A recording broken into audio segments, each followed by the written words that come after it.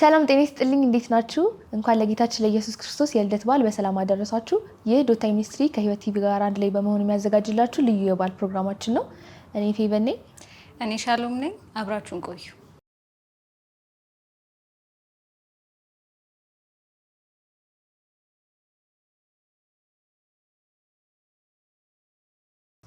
እንኳን አደረሰሽ። እንኳን አብሮ አደረሰን። እንኳን አደረሰሽ። እንኳን አብሮ አደረሰን። በዓል እንዴት ነው? ጥሩ ነው በጣም። እኔ ጋራ እንዴት ነው አንቺ ጋራ? እኔ ጋር በጣም ቆንጆ ነው። ገና በጣም ከምወዳቸው በዓሎች ውስጥ አንዱ ነው። በገና በዓል የምታስታውሻቸው ኢቨንቶች አሉ? አንዳንድ ያጋጠሙሽ አጋጣሚዎች ገና ስታስቢ ወደ ጭንቅላትሽ የሚመጣ? ገናን ሳስብ እኔ ብዙ ጊዜ እቃ ስጦታ ነው የሚመጣልኝ። እኔ እቃ የሆነ ስጦታ መሰጣጣት ምናምን ነገር ነውና ገና ስጦታ ነው ያስታውሰኛል። እኔ አንቺስ? እኔ ገናውን ሳስብ ብዙ ጊዜ ቸርች የገና በዓል ፕሮግራም የሚሰጠው ለልጆች ነውና ሙሉ የበዓል ፕሮግራሙን ከበር አድርገን የምንሰራው፣ ከዛ ቤት ደግሞ አንድ ላይ የምናሳልፈው ጊዜ፣ አንቺ እንዳልሽው ደግሞ ስጦታ የምንሰጣጥበትን ይሄ የተለመደውን የበዓል ስርዓት ነው በደንብ የማስታውሰው። ብዙ ጊዜ እኛ ኢትዮጵያውያኖች በዓል በጣም ነው የምንወደው። በጣም ብዙ በዓል ያለን እኛ ራሱ። ከዛ ደግሞ በዓል ሲመጣ ደግሞ በቃ በጣም ደስ የሚለን ነገር በቃ የፋሚሊ ታይም አንድ ላይ ማሳለፍ ነው፣ መብላት መጠጣቱ ነው ምናምን ነገር እና ብዙ ጊዜ እንረሳዋለን። ይሄ ዋናው የገናን በዓል ስናስብ ዋና ዓላማውን እንረሳዋለን እና የገና በዓል ዋናው ወይም ደግሞ የክርስቶስ መወለድ ዋናው ሀሳብ ምንድን ነው? ልጁ ወደ ምድር መምጣቱ ለእኛ ለኃጢአታችን ስርየት ለመሆን ነው።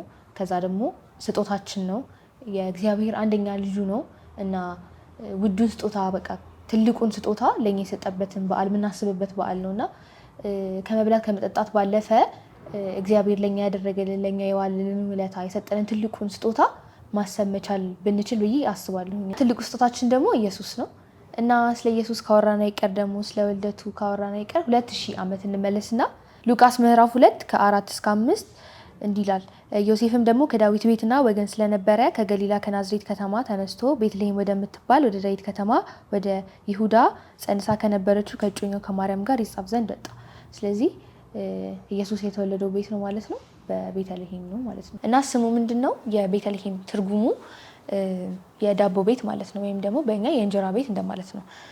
እና በጣም ብዙ ሰው ግራ እንዳይገባው አይነት ነገር የዳቦ ቤት ለምን በእንግሊዝኛ ሃውስ ኦፍ ብሬድ ነው የሚለው፣ ከዛ በአማርኛ ደግሞ የእንጀራ ቤት ነው የሚሆነው። ምክንያቱም መጽሐፍ ቅዱስ ከዕብራይስጥ ወደ አማርኛ ሲተረጎም ብዙ ጊዜ ያለንበት አካባቢ የአመጋገብ ስርዓታችን ስለሚለያይ እኛ ሀገር በኢትዮጵያ አሁን እኛ ብዙ ጊዜ እንጀራ ነው የምንበለው። ስለዚህ ለእኛ በደንብ እንዲያብራራልን በደንብ እንዲገልጥልን ተብሎ የእንጀራ ቤት ተባለ ማለት ነው። ስለዚህ የእንጀራ ቤት ማለት ነው ትርጉሙ። እና ለምንድን ነው የእንጀራ ቤት ማለት ምን ያገናኘዋል ከልደቱ ጋር ምናምን ብለን ስናስብ ዋናው ፖይንት ኢየሱስ ክርስቶስ በባይብል ላይ ምን ብሏል? እኔ የህይወት እንጀራ ነኝ ብሏል። ስለዚህ ሪፕሬዘንት የሚያደርገው ይህንን ነው። ማለትም ክርስቶስ የኛ የህይወት እንጀራችን እንደሆነ፣ ከዛ የህይወት እንጀራችን ደግሞ ማለት ምን ማለት ነው ስንል ደግሞ ማለት አንዳንድ ጊዜ የምንበላው ነገር አይደለም ማለት በቃ ይሄንን ባልበላውም ችግር የለውም ምናምን ብለን የምናነሳው ነገር አይደለም። እንጀራ በጣም የሚያስፈልገን ነገር ነው። ለቀን ተዕለት ውሏችን የሚያስፈልገን ነገር ነው። ስለዚህ የህይወት እንጀራ እኔ ነኝ ማለት በቃ ከኔ ውጪ መኖር አትችሉም፣ ወይም ደግሞ እኔ ለእናንተ በጣም የማስፈልጋችሁ ነገር ነኝ እያለ ነው ማለት ነው። ከዛም በኋላ ደግሞ ኢየሱስ ለምን በቤተልሔም ተወለደ ብለን ደግሞ ስናስብ ምንድነው የሚመጣልን ጭንቅላታችን ውስጥ? ኢየሱስ ማለት ኢየሱስ ንጉስ ነው ማለት ኢየሱስ የዘላለም ንጉስ ነው እና ቤተልሔም ደግሞ መጽሐፍ ቅዱስ ላይ ምን ይላል? አሁን ያነበብነው ላይ ራሱ ዮሴፍም ደግሞ ከዳዊት ቤትና ወገን ስለነበረ ከገሊላ ከናዝሬት ከተማ ተነስቶ ቤተልሔም ወደምትባል ወደ ዳዊት ከተማ። ስለዚህ ቤተልሔም ምንድናት? የዳዊት ከተማ ናት። ስለዚህ ዳዊት ደግሞ ምንድነው? ንጉስ ነው። ስለዚህ ክርስቶስ የዘላለም ንጉስ ነው። ከዳዊት ቤትም ደግሞ ስለተወለደ ዮሴፍም የዳዊት ዘር ነው። ስለዚህ ክርስቶስ ሁለቱንም ያሟላል ማለት ነው። የዘላለማዊ ንግስናውንም የምድሩንም ንግስናውንም ያሟላል ማለት ነው። ይህንን ነው የምንረዳው ቤተልሔም ላይ። ምትጨምሪው ነገር ካለ? አዎ ቤተልሔም እንዳልሽው የዳቦ ቤት ስም እንደሆነ እና ደግሞ ይሄ ለዘላለም የሆነውን የህይወት እንጀራነቱን ክርስቶስ ኢየሱስ የህይወት እንጀራችን የዘላለም የህይወት እንጀራችን መሆኑን ሪፕሬዘንት የሚያደርግ እንደሆነ እውነት ነው ተረድቻለሁኝ። እና ደግሞ ቤተልሔም በጣም ትንሽዬ የምትባል ስፍራ ናት አይደል? ሁለት ቤተልሔም ነበረ። አንደኛው በዛብሎን በኩል ያለው፣ ሁለተኛው ደግሞ በኤፍራታ ያለው እና ኢየሱስ ክርስቶስ የተወለደበት ስፍራ የኤፍራታው ቤተልሔም ነው። እና ኤፍራታ ማለት ፍሬያማነት ማለትም ነው። እና ፍሬያማነት ማለት ኢየሱስ ክርስቶስ በምድር ላይ በነበረበት ጊዜ ከውልደቱ ጀምሮ ማለት ነው የተላከበትን የተልእኮ መጨረሻ በፍሬያማነት የጨረሰበትንም የሚያመለክት ነው። ከዛ ደግሞ ቅድም የንጉስ ዳዊትንም እያነሳሽ ነበረ። ቤተልሔም ንጉስ ዳዊት የተወለደበት ስፍራ ነው። ማርያምና ዮሴፍም እንግዲህ ቄሳር ምዝገባ ብሎ ነበር አይደል? የህዝብ ቆጠራ። በዛ ስፍራ ሲሄዱ ነው ቤተልሔም ኢየሱስ ክርስቶስ የተወለደው። ስለዚህ እንደ አጋጣሚ የሆነ ነገር አይደለም። እዚህ ጋር የምናየው በትክክል እየተፈጸመ ያለ ትንቢቶቹ የተፈጸመ በብሉይ ኪዳን የተነገሩ እያንዳንዱ ትንቢቶች የተፈጸሙ ያሉበትን ነው እያየን ያለ ነው ማለት ነው። እና ደግሞ በዳዊት ቤት የሆነው ይሄ ንግስናውን በተመለከተ ያልሹ ቅድም በሁለተኛ ሳሙኤል ምዕራፍ 7 ቁጥር 12 እስከ 16 እግዚአብሔር ለዳዊት የገባውን ቃል ኪዳን የሚፈጽምበት ነው ማለት ነው። ሌላው ደግሞ ይሄ የማርያምን ጂኖሎጂ ስናይ የዮሴፍን ጂኖሎጂ ስናይ የማርያም በሉቃስ ወንጌል ላይ የሚገኝ ነው። የዮሴፍ ደግሞ በማቴዎስ ወንጌል ላይ እናገኘዋለን። እና በአይሁድ ሕግ ወንድ ልጅ ከሌለ የሚስት ቤተሰብ ውስጥ ይገባል፣ እዛ ጂኖሎጂ ውስጥ ይገባል ማለት ነው። ስለዚህ በዚህ ምክንያት ኢየሱስ ክርስቶስ ሁለቱንም አሟልቶ ይገኛል ማለት ነው። እና ሌጋሊ ትሮን አለው ስንል ይሄ የንግስና ብለድ ላይን ውስጥ ስለገባ ነው ማለት ነው። እና ቅድም ያልሽው የዳዊት ዘር ውስጥ ገብቶ ንግስናውን አገኘ ብለን ያልነው በዚህ ምክንያት ነው ማለት ነው።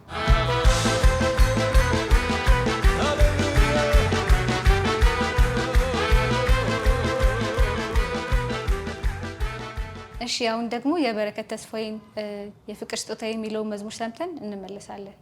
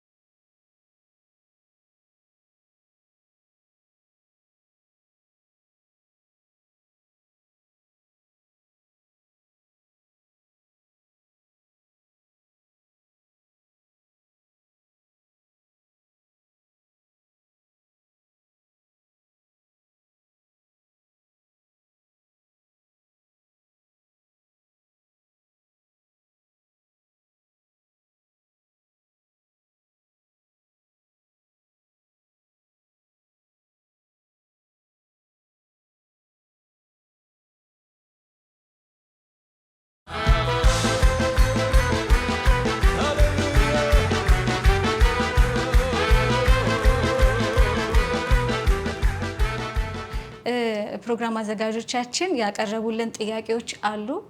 እነሱን ደግሞ ቼክ እናድርግና መልሰን ሀሳባችን እንቀጥላለን ማለት ነው። እሺ አንቺሽ የምትቀጥይው መጥምቁ ዮሐንስና ኢየሱስ በስጋ ዝምድናቸው ምንድን ነው?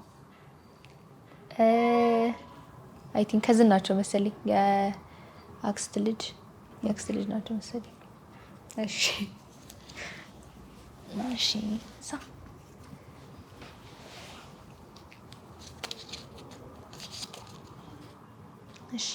ምን ያህል ጀነሬሽን ነበረ ከአብርሃም እስከ ዳዊት በቁጥር? እሺ ከአብርሃም እስከ ዳዊት ማቴዎስ ወንጌል ላይ 14 ጀነሬሽን ያነሳል። 14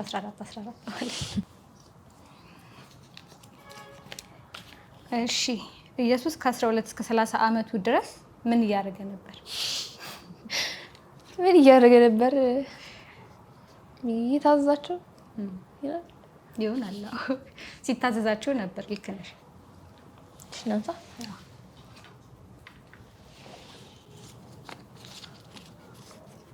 እሺ የኢየሱስን የልደት ታሪክ በዝርዝር የሚተርኩ መጽሐፍ ማንና ማን ናቸው? ማቴዎስ እና ሉቃስ።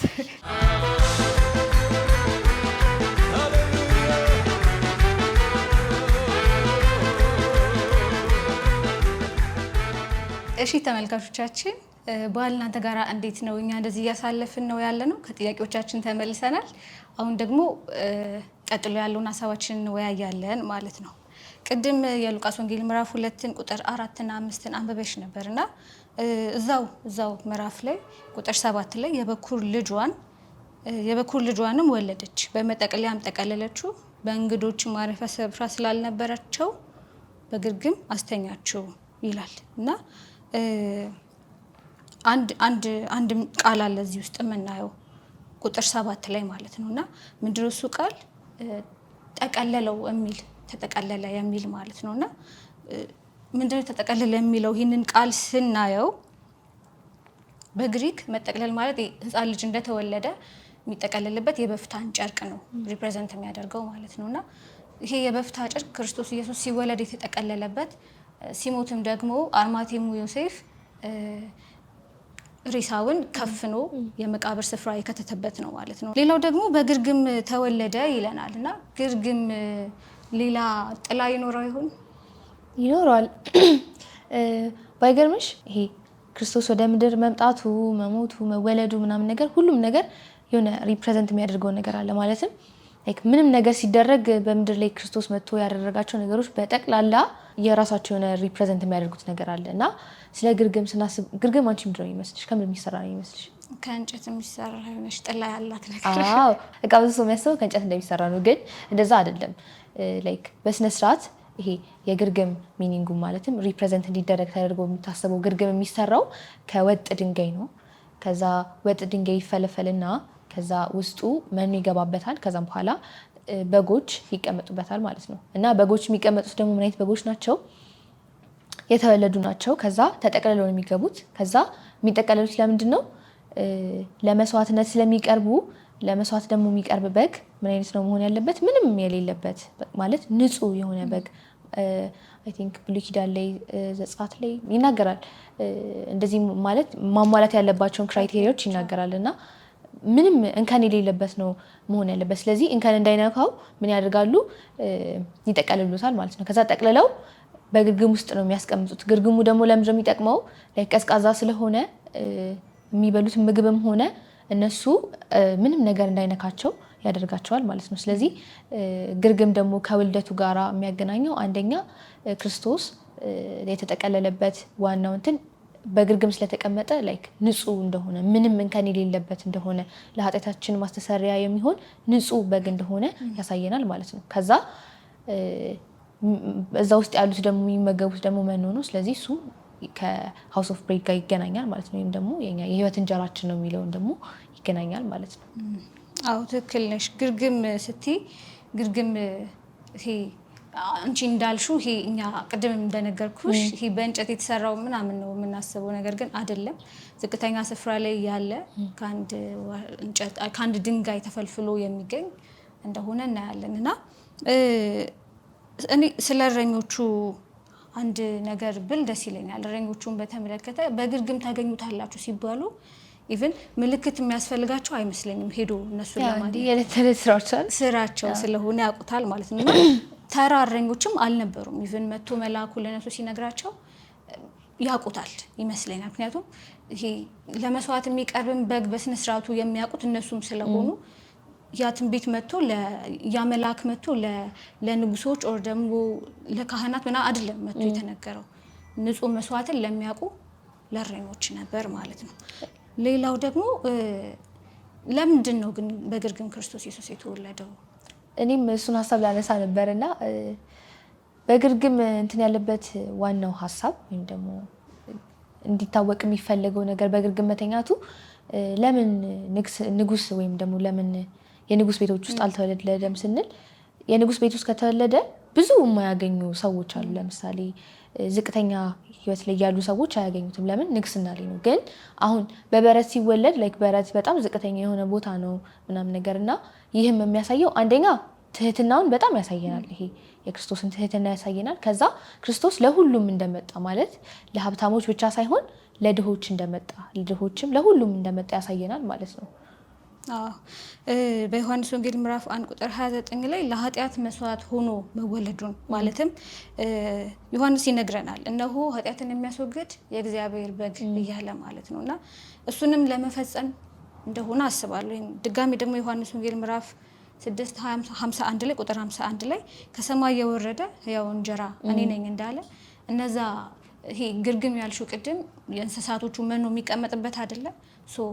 ሰርቫይቭ ለማድረግ እነዛ ከብቶቹ ያንን መመገብ አለባቸው። አት ዘ ሴም ታይም ደግሞ ኢየሱስ ክርስቶስ ለኛ ዘላለማዊ የህይወት እንጀራችን ያለሱ ሰርቫይቭ ቅድም እንዳልሽው ማድረግ እንደማንችል እንደዛው የሚያሳየን ይሆናል ማለት ነው።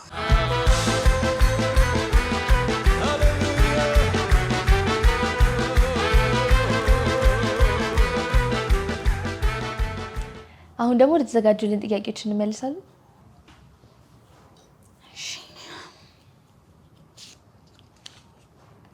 ዮሴፍና ማርያም ህፃኑ ኢየሱስን ይዘው የሸሹበት ሀገር የት ነው? ግብጽ ነው። ግብጽ። እሺ ልቀጥል?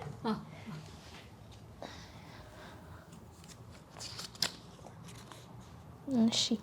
በሉቃስ ወንጌል መሰረት ህፃኑ ኢየሱስ 8 ቀን ሲሞላው ሊገረዝ ወደ ቤተ መቅደስ ሲወስዱ አሁን ባሪያህን በሰላም አሰናብት ብሎ የተነበየው አረጋዊ ማን ነው? ወይም ደግሞ የተነበየው ሰው ማን ነው? ለረጅም ጊዜ ትንቢቱን ይጠብቅ የነበረው ስሙን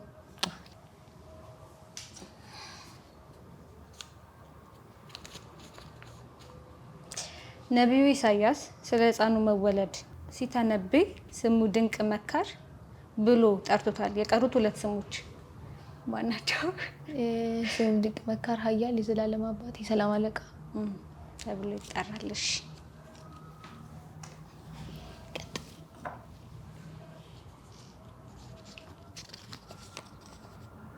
የኢየሱስን መውለድ ያበሰረው መልአክ ማን ነው? ጥያቄ መልአኩ ገብርኤል። እሺ እሺ። እንግዲህ ጥያቄዎቻችን አልቋል፣ ግን አንቺ ጥያቄ አለኝ። እሺ። አራስ ጥያቄ ይዘሽ ፓምፐርስ፣ አጥሚት። እሺ።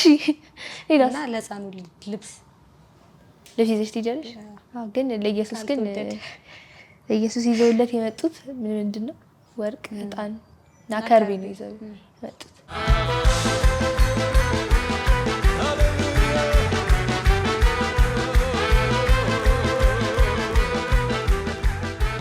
እና ቅድም እንዳልኩሽ ሁሉም ነገር የሆነ የራሱ የሆነ የሚገልጸው ነገር አለ እና አስበሽው ታውቂያለሽ? 7 ሰገሎቹ የሰጡ ስጦታ እንትን እንዳሉ ትርጉም እንዳለው አስበሽው ታውቂያለሽ? ለረጅም ጊዜ አላውቅም ነበረ። ብዙ ሰው የሚያውቅ አይመስለኝም ይሄንን። እና 7 ሰገሎቹ የሰጡት ስጦታ ወርቅ፣ ዕጣንና ከርቤ ከኢየሱስ ማንነት ጋር ወይም ደግሞ የኢየሱስን ማንነት የሚገልጹት ናቸው። እና ወርቅ ምን የሚገልጽ ይመስልሻል ስታስቢው?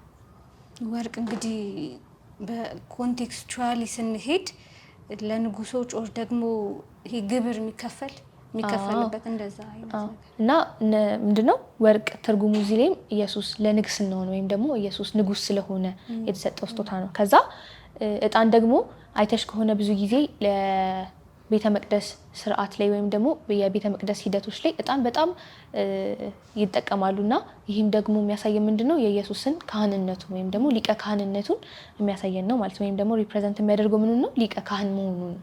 ከዛ ከርቤ ደግሞ ከርቤ ከሞተ ሰው ጋር ይገናኛል። አይ ቲንክ ለሚሞት ሰው የሚደረግ ነገር ነው ከርቤና የሚያሳየው ደግሞ ይሄ ምንድነው ኢየሱስ ክርስቶስ ወደ ምድር የመጣው ለመሞቱ ወይም ደግሞ ለመሞት እንደሆነ ነውና ከርቤ ደግሞ ሪፕሬዘንት የሚያደርገው የኢየሱስን ሞት ነው ማለት ነው። አዎ በጣም ይገርማል። ማለት እጣኑን ወርቁን እሺ ብንል አዲስ ለተወለደ ህፃን ልጅ ግን እንደው በቃ ምክንያት አለው እንጂ ያንን ይዞ መሄድ በጣም ከባድ ይመስለኛል። ከዛ በላይ ደግሞ የሚገርመው ነገር ላይክ ሰባ ሰገሎቹ እንትን አይደሉም የሌላ ህዝብ እንትኖች ናቸው ማለትም እንደኛ ናቸው አህዛብ ናቸው ወይም ደግሞ ከሌላ ቦታ የመጡ ሰዎች ናቸውና ይሄ ማለት የእግዚአብሔር አንዳንድ ጊዜ የእግዚአብሔርን የማዳን እንትኑን ስታይ መንገዱን ስታይ በጣም ይገርማል። ማለት የማይታሰብ ነው። እኔም አሁን አስቤው አላቅም ነበር ማለት እንደዚህ ነው እያልኩኝ የነበረውና በጣም ይገርማል። አዎ እንትን ስፔሻሊ ደግሞ ከርቤን በተመለከተ ከርቤ የሚገኘው እንጨቱ አለ እና ከቨሩ ተቆርቁሮ ነው ይባላል እና ያ ኢየሱስ ክርስቶስ ጎኑን ሲወጋ ያለው ማለት ካልደማ አይወጣም እንትኑ ይሄ አይገኝም ከርቤው ማለት ነውና እሱን ሁሉ በስነ ስርዓት ሪፕሬዘንት ያደርጋልና ቅድም እንዳልኩሽ ደግሞ አዲስ ለተወለደ ህፃን ልጅ በዚህ ዘመን ቢሰጥ ከርቤ ማለት ትርጉሙ የምንዋርት ነው። አውና ይህንን ነው ሪፕሬዘንት የሚያደርገው። ልክ ነሽ። እያንዳንዱ ነገር ሲሆን ምክንያት ነበረው። ሪፕሬዘንት የሚያደርገው የሆነ ነገር ነበረ ማለት ነውና የመጨረሻ ደግሞ ሉቃስ ወንጌል ምዕራፍ 2 ላይ መነሻችን እሱ ስለሆነ የመላእክቱን ዝማሬ በተመለከተ አንድ ነገር ብል ደስ ይለኛል። የመላእክቱ ዝማሬ ክብር በአርያም ክብር ለእግዚአብሔር በአርያም ሰላም እያሉ ይዘምሩ ነበር እርሱ ለወደዳቸው ሰዎች እና ይሄ የሰላም ስምምነት የሆነ ይመስለኛል። ማለት ሰዎች በኃጢአታቸው ምክንያት ከእግዚአብሔር ጋር ተጣልተው ነበረ። ነገር ግን አሁን በተወለደው ህፃን ምክንያት ሰላም ወደ ምድር መጣ ማለት ነው እና ኢቭን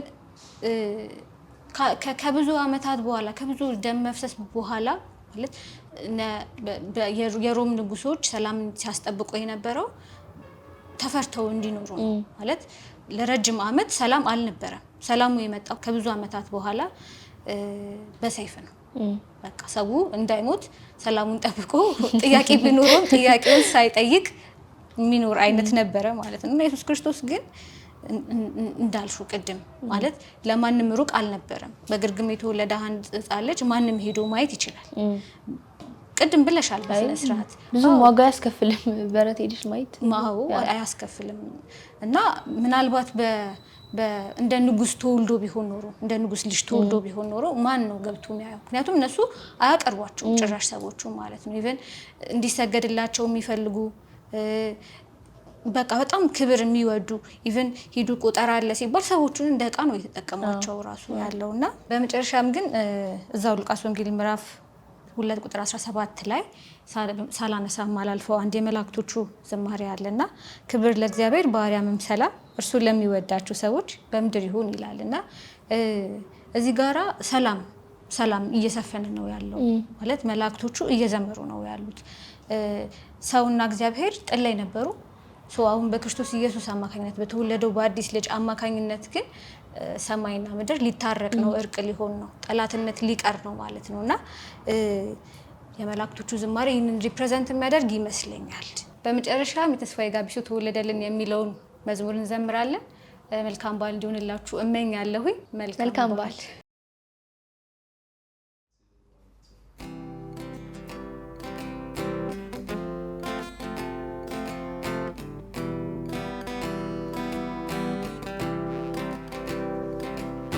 ለሕዝቡ ሁሉ የሚሆን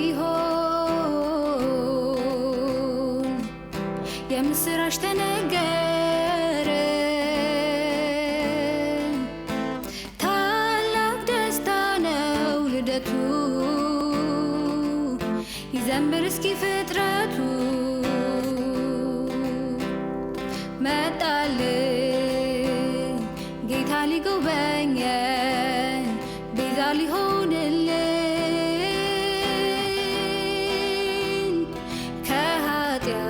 ከኃጢአት እኛኑ ሊያድን ቃል ሥጋ ሆነና ከድንግል ተወለደልን መጣልን ጌታ ሊጎበኘን ቤዛ ሊሆንልን ከኃጢአት እኛኑ ሊያድን ቃል ሥጋ ሆነና ከድንግል ተወለደልን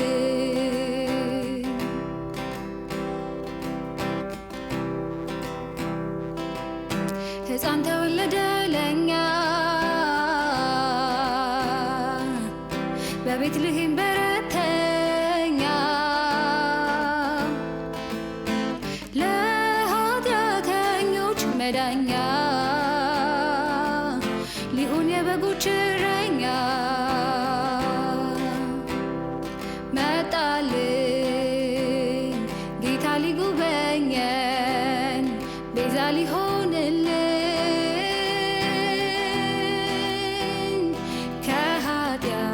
ከኃጢአት እኛኑ ሊያድን ቃል ሥጋ ሆነና ከድንግል ተወለደልን መጣልን ጌታ ሊጎበኘን ቤዛ ሊሆንልን ከኃጢአት እኛኑ ሊያድን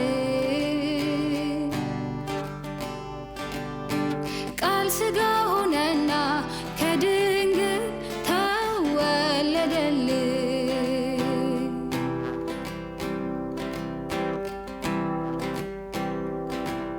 ስሙ የተመሰገነ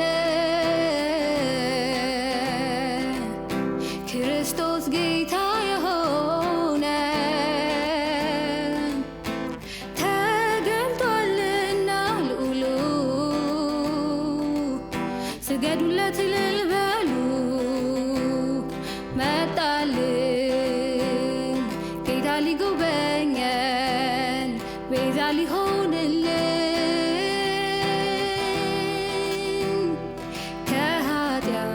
ከኃጢአት እኛኑ ሊያድን ቃል ሥጋ ሆነና ከድንግል ተወለደልን መጣልን ጌታ ሊጎበኘን ቤዛ ሊሆንልን ከኃጢአት እኛኑ ሊያድን ቃል ሥጋ ሆነና ከድንግል ተወለደልን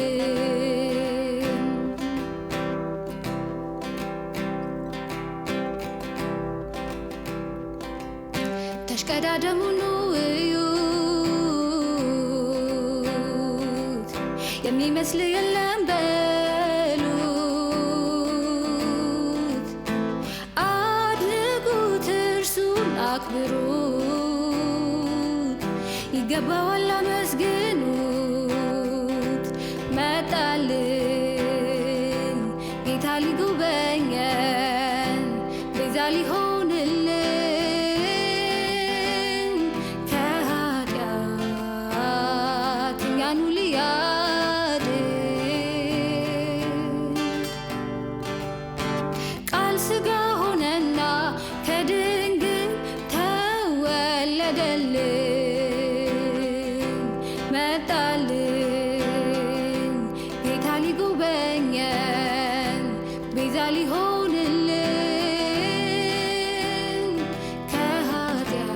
ከኃጢአት እኛኑ ሊያድን